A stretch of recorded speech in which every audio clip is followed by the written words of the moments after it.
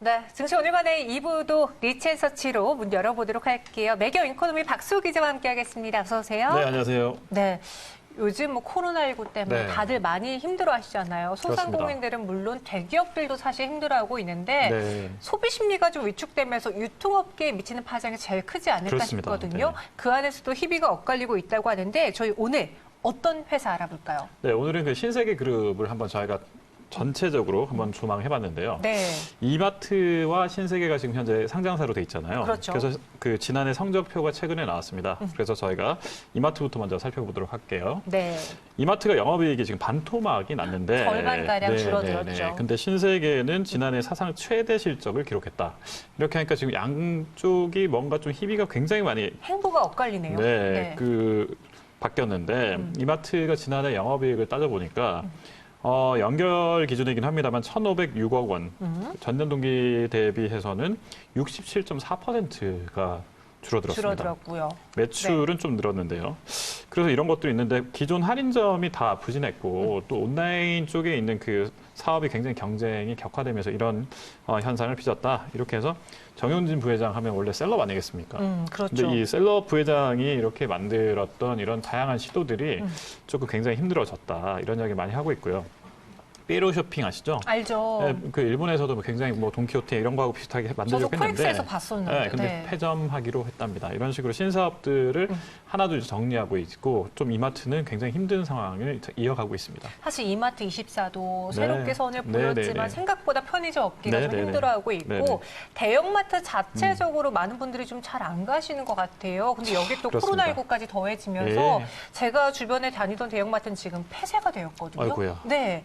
그런데 그와 달리 신세계는 성적표가 좋았다고요? 뭐 때문이죠? 네, 신세계는 여러분 잘 아시겠지만 신세계 백화점이 일단 주력인데요. 신세계 백화점이 지난해 신세계라는 이제 이건 종목명입니다. 신세계는 4,681억 원의 흑자, 그러니까 네. 영업이익을 냈습니다. 이거는 전년 동기 대비해서 17.8%인데 아니 보통 유통가에서 이 정도의 성장세를 보이는 곳이 거의 없었거든요. 그러게요. 그러니까 매출도 보면 6조 3,900억, 6조 4천억 가까이 났으니까 거의 뭐 지금 그 당기순이익도 110% 이상 성장했고 이 유통가에서 굉장히 큰 화제가 되고 있습니다. 사실 이제 이마트는 대형마트, 그럼 신세계는 좀 백화점, 네. 그러니까 고가의 제품으로 우리가 네네. 접근할 수 있는 거잖아요. 네. 요즘 뭐 중국인 관광객들 줄어들었다 했는데도 네. 이 정도의 실적이면 선방한 건데 네. 정용진 부회장의 동생인 정유경 총괄 사장이 이끄는 곳이 신세계? 네, 신세계. 네. 네, 그러니까 신세계는 정유경 총괄 사장이 이끌고 있는데요. 네.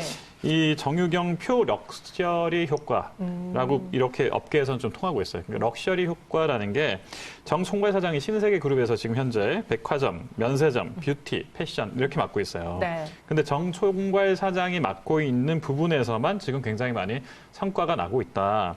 특히 보면 그 강남 신세계 강남점 누적 매출만 2조 원을 돌파했을 정도로 대박이 났습니다.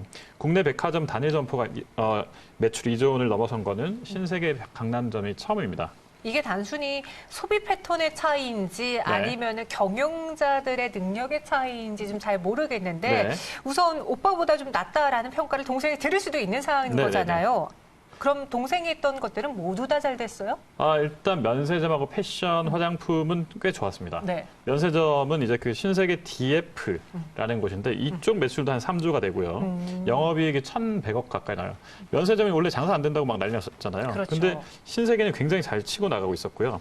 패션, 화장품 분야도 굉장히 지금 잘 나가고 있어요. 그 신세계 인터내셔널이 패션 쪽인데 매출이 1조 4,250억이고 영업이익이 845억 원, 그러니까 52.2% 증가를 했고요. 또 비디비치라는 주력 화장품이 굉장히 좋았습니다. 패션도 24% 정도 크게 성장했고요. 그래서 이런 패션이나 이런 쪽 굉장히 좋았는데 야심차게 좀 인수했던 그 하나, 알른이가 하나 있어요. 알른이요? 네, 뭐죠? 이게 보면 이제 가구. 이 신세계가 까사미아라는 가구 브랜드를 인수했는데 예쁜데. 예, 이 까사미아라는 브랜드가 이제 그 가구뿐만 아니라 종합 라이프스타일 그 브랜드로 키우려고 한다. 이렇게까지는 했었는데 매장 신규 오픈도 했죠. 인력 채용도 했죠. 막 이랬는데 적자가 169억 원. 아. 네, 그래서 이거를 또 얼마나 잘 키우느냐가 관건이라고 할 수 있겠습니다. 그러니까 들인 돈에 비해서는 워낙 비용에 네, 비해서 네, 수익이 안 나기 때문에 좀 네, 네, 적자가 심해서 아프니로 까사미아가 남게 됐다라고 네. 하셨고, 그럼 다시 오빠로 돌아와 볼게요. 네. 사실 오빠는요, 이마트의 실적과 전혀 상관없이 네. 워낙 젊은 층에게도 셀럽으로 통하고 그렇죠. 있거든요. 네. 최근에 그 모 금돼지 식당이라고 네. 식당을 갔는데 줄을 서서. 네, 줄을 서서 먹어야 되는 맛집인데 네네. 거기에서도 그 정영진 부회장이 앉은 자리를 네. 앉겠다고 기다리는 아. 분들이 있을 정도. 그래요? 네, 네. 그분이 자주 가는 맛집인데 네, 이런 식으로 해서 그 BTS랑 같은 급이다. 뭐 이런 이야기를 막 하는 분들도 일부는 있습니다. 네네. 네네. 그럴 만큼 소셜 미디어의 스타라고 보통 하고 있고 최근에 백종원 씨가 전화해가지고. 네네네.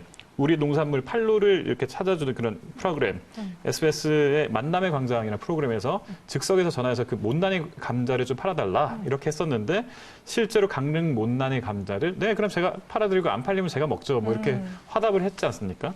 그 이후로 거의 뭐 완판이 됐고 그다음 여수편에 그 소개됐던 훈연 여수 국물 멸치 5,000개 물량을 또 한 번 이마트를 통해서 백종원 씨가 이제 소개를 하고 이마트를 통해서 유통을 했는데 또 한 번 대박이 나서 이걸 아예 해당 상품을 상시 운영키로 했다. 뭐 이런 식으로 해서 계속 미담을 만들어 나가고 있어요. 그러니까 이런 점에서 보면은 화제성을 이끌고 있고 이렇게 해서 많은 사람들한테 좀 호감을 줄 수 있다는 점에서는 좀 괜찮은 것 같아요. 그럼 이거는 좀 논외로 제가 개인적으로 네네네. 궁금한 건데 경영지대 그리고 재벌가에서 봤을 때 정영진 부회장의 이러한 전파 네. 그리고 셀럽에 대한 느낌 그리고 운영 능력에 네. 대해서는 좋게 평가하는 편이 어때요? 일단은 뭐 많은 분들이 이제 양날의 검이다. 회사의 실적이 좋을 때는 굉장히 그분도 뜬다. 평가가 좋을 수도 예, 예. 있고, 네. 그런데 이제 옛날에 생각해 보시면 그 SNS에서 조금 활동을 많이 하시다 보면 회사가 또 구조조정하거나 나쁜 일이 있을 때는 SNS로 직접 이제 막 댓글에서 왜 이렇게 하세요? 이렇게 할 수도 있거든요. 비난을 받을 수도 있고요. 네, 그래서 이런 부분은 양날의 검이라고 할 수 있겠습니다. 네. 문제는 앞으로 이런 영향력을 바탕으로 회사 실적으로까지 이어지면서 네, 네, 네. 순한 영향을 만들어내야 될 텐데 그 가능성은 열려 있나요? 네, 일단은 쓱닷컴. 쓱닷컴. 네, 쓱닷컴이 지금 현재 굉장히 급하게 성장하고 있거든요. 이 쓱닷컴이 뭐 아시겠지만 신세계 그룹 전체의 온라인을 하나로 일원화하고 통일하는데 굉장히 지금 그러니까 디지털 트랜스포메이션의 최전방에 있다. 이렇게 그리고 광고가 한 몫을 했어요. 네, 그럼요. 네. 그래서 이거를 좀 어떻게 할 것이냐.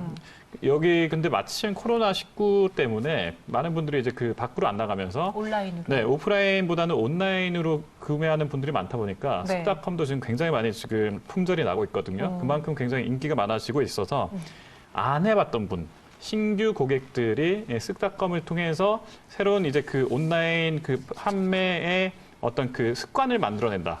이렇게 될 경우에는 신세계 입장에서 굉장히 좋은 정영진 부회장이 원래 생각했던 그런 전략대로 맞아 들어갈 것이다. 이런 점은 굉장히 높게 보고 있고요.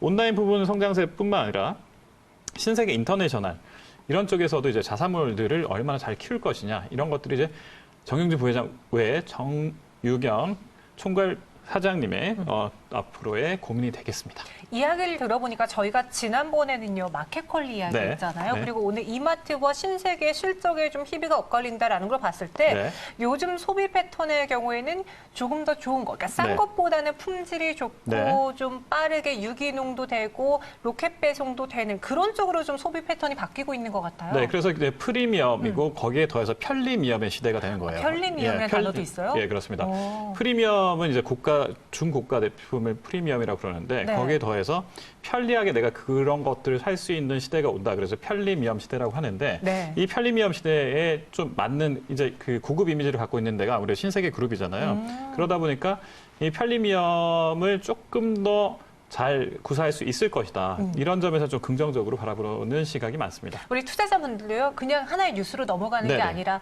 유통 소비와 관련했을 때 이 키워드를 프리미엄, 편리미엄으로 가져가시면서 투자한다면은 수익을 낼 수 있지 않을까? 그 키워드도 전해드리도록 할게요. 지금까지 박수호 기자와 함께 했고요. 오늘 말씀 고맙습니다. 네, 고맙습니다.